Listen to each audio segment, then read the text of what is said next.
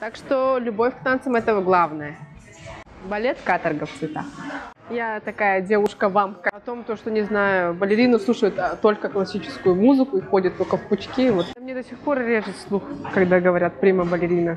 Сначала сидишь, никуда не выходишь, правда, что все соблюдаешь, а потом уже на стенку лезешь. Меня тянет туда, где тепло.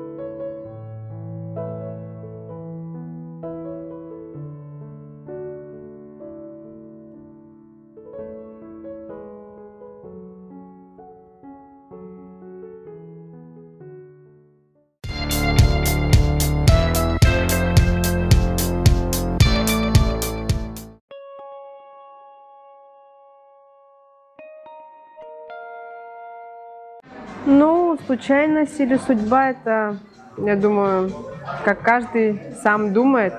У меня, вот чисто у меня было это как случайность судьбой, вот так. И то сыграла. Я была маленькая, мне было 7 лет, я училась во 2 классе 25-й школы общеобразовательной города Якутска. И пришла мой педагог, как в будущем оказалось, это заслуженная артистка республики Зинаида Николаевна Попова. Она отбирала детей, она зашла в класс, я помню, такая милая женщина, зашла в класс и начала смотреть наши физические данные.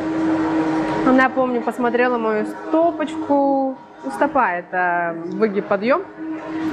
И что-то я помню, как другие мои одноклассники показывали мостики, вот это вот все.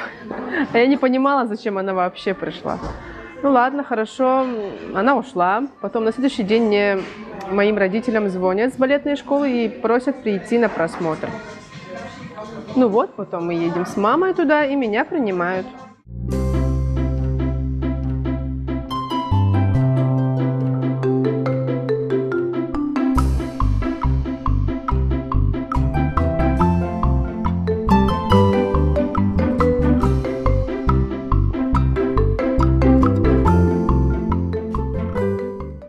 Я опоздала на кастинг, ведь в сентябре все уже начали учиться, а меня отобрали в октябре, по ходу недобор был. И вот я одна из школы со своей, получается, меня в октябре отобрали, это был 2004 год. Мне было 7.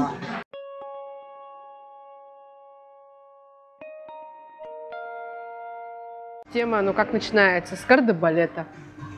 Кардебалет состоит, ну это полностью, ну вы знаете, что такое кардебалет. Это как бы, объясню простым языком, это подтанцовка сзади. Например, 32 лебеди – это кардебалет.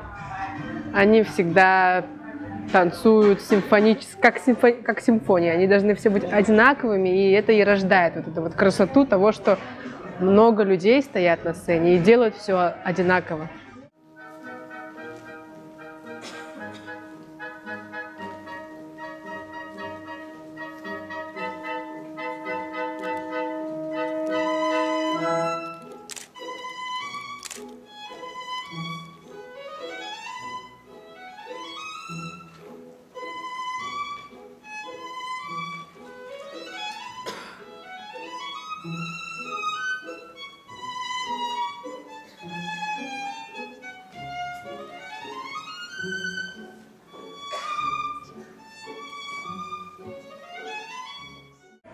Под музыку красиво, конечно.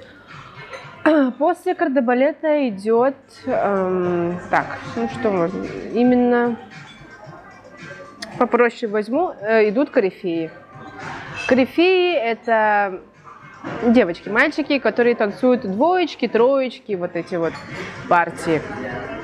То есть из кардебалета всегда выделяют иногда типа двоек, троек, четверо людей выделяется, и они как бы называются корифеи.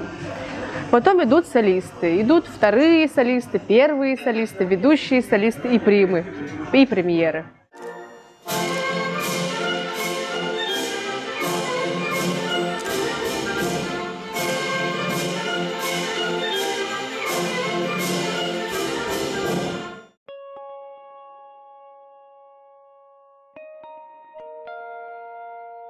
Да, жесткая диета. Они сидят на жесткой диете. Ну, скорее всего, нет. Потому что такие колоссальные нагрузки, так или иначе, тебе надо кушать. Вот. А главное не переедать. Знать свою меру, но кушать обязательно надо. Но я не знаю, если кто-то себя морит голодом, это ужасно.